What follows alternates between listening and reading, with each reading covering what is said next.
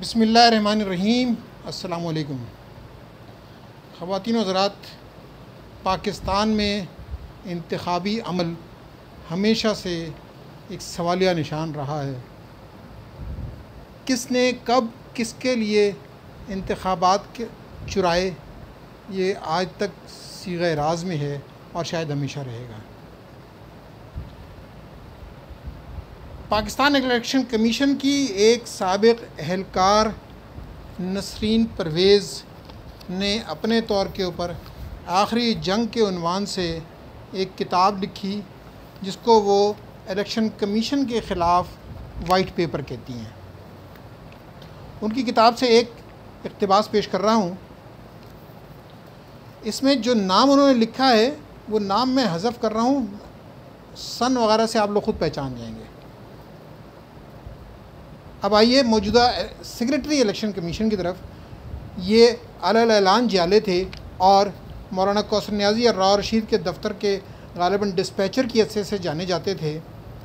ان کا کام Peoples party کے رہنماؤں کے پریس ریلیز کو اخباروں کے دفتر تک پہنچانا، دیواروں پر نعرے لکھنا اور دوسری سیاسی پبلسٹی کرنا تھا۔ اور ان کے دفتر میں چپراسی کے کام سے لے کر ہر وہ کام جو مولانا کوثر نیازی کے حوالے سے لوگوں میں عام ہیں، وہ یہی صاحب سر انجام دیا کرتے تھے، جس کا صلہ اس طرح دیا گیا کہ جب پیپلز پارٹی 1972 میں برسر اقتدار آئی تو ان صاحب کو نوازا گیا، اور پہلے تو نیشنل سینٹر میں ان کو گریڈ 16 میں PRO لگایا گیا، بعد میں بھٹو صاحب کی NDVP اسکیم کے تحت 17 گریڈ میں ایک کالج میں لیکچرر لگوایا گیا، مگر جب شکایتیں آنا شروع ہوئیں تو پڑھانا تو دور کی بات، انہیں تو پڑھنا بھی نہیں آتا، اور پھر حسب معمول پیپلز پارٹی کے کچھ وزراء کو ان سے بلیک میلنگ کا خطرہ لاحق ہوا تو راؤ رشید اور کوثر نیازی کی کوششوں سے یہ حضرت براہ راست گریڈ 18 میں deputy election commissioner election commission لگا دیے گئے۔ 77 کی الیکشن کی دھاندلی میں ان جیسے کئی اور فنکاروں سمیت جعلی برادری میں ان کی خوب واہ واہ ہو گئی، جبکہ حقیقت یہ ہے کہ الیکشن کمیشن کے بارے میں آج تک ایک غلط تصور جو جڑ پکڑ چکا ہے وہ یہ ہے کہ الیکشن کمیشن کے ملازمین اور افسران ہی بددیانتی اور دھاندلی کرانے کے اہل ہیں، یعنی کسی ظالم نے ان گدھوں کو الیکشن کے حوالے سے ایسا اہم رول ادا کرنے والی مصنوعی بیوروکریسی کا درجہ دلوا دیا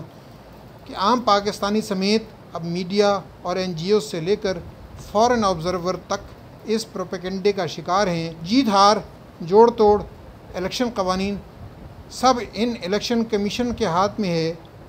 البتہ گھاگ سیاستدان اور اس میدان کے پرانے کھلاڑی کئی مشقوں کے بعد یہ جاننے میں کامیاب ہو جاتے ہیں کہ اس کی حیثیت ایک کلرک سے زیادہ نہیں،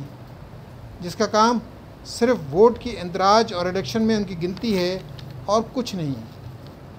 اصلی کھیل انتظامیہ کا ہے، یعنی اصلی بیوروکریسی پولیس اور ضلعی انتظامیہ بھی کمشنر اور ڈپٹی کمشنر، جنہیں اب DC اور TPO کا نام دیا گیا ہے، اور سب سے زیادہ بکاؤ ہیں وہ پولنگ ایجنٹ جو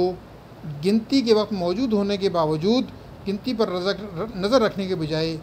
اس مال پر نظر رکھتے ہیں جس گنتی کے بعد انتظامیہ کے حوالے سے انہیں ملنے والا ہے، اور اپنی پارٹی میں جا کر کہہ دیتے ہیں کہ بیلٹ بکس پہلے سے بھرا ہوا تھا، یا یہ کہ گنتی سے پہلے پولیس یا مخالف پارٹی کے کارکن ڈبے اٹھا کر بھاگ گئے، ہمیں مارا پیٹا گیا اور جب ہوش آیا تو گنتی ہو رہی تھی۔